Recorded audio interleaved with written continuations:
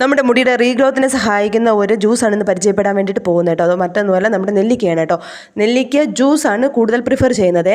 Juice എന്ന് പറയുമ്പോൾ തന്നെ ഒരു 3-4 എടുത്ത് ഒരുമിച്ച് അടിച്ച് എല്ലാ ഗുണങ്ങളും ഒരുമിച്ച് കിട്ടട്ടെ എന്ന് പറഞ്ഞിട്ട് ജ്യൂസ് അടിച്ച് കുടിക്കുന്നുണ്ട്. പക്ഷേ ഒരു കാരണവശാലും അങ്ങനെ നിങ്ങൾ ചെയ്യരുത് കേട്ടോ. ഈ ജ്യൂസ് അടിക്കാൻ വേണ്ടിയിട്ട് നമുക്ക് ഒരേ ഒരു നെല്ലിക്കയുടെ ആവശ്യമുള്ളൂ കേട്ടോ. ഒരു നെല്ലിക്ക എടുക്കുക. അതിൻ്റെ ടേസ്റ്റ് ഇഷ്ടമില്ലാത്തവർക്കാണെങ്കിൽ, BP ഒന്നും ഇല്ലാത്തവർക്കാണെങ്കിൽ കുറച്ച് ഉപ്പ് ചേർക്കാം കേട്ടോ. എന്നിട്ട് ധാരാളം വെള്ളം ചേർത്ത് ഈ ഒരു നെല്ലിക്ക അരച്ചതിന് ശേഷം നമുക്ക് വെള്ളവും ഉപ്പും ചേർത്ത് ജ്യൂസാക്കി കുടിക്കാവുന്നതാണ്. എല്ലാ ദിവസവും നമ്മൾ ഒരു നെല്ലിക്ക കഴിക്കുകയോ അല്ലെങ്കിൽ ജ്യൂസ് ആക്കി കുടിക്കുകയോ ചെയ്താൽ വളരെ നല്ലതാണ് കേട്ടോ. കാരണം അയണിൻ്റെ ഒരു നല്ലൊരു സോഴ്സാണ് നെല്ലിക്ക എന്ന് പറയുന്നത്.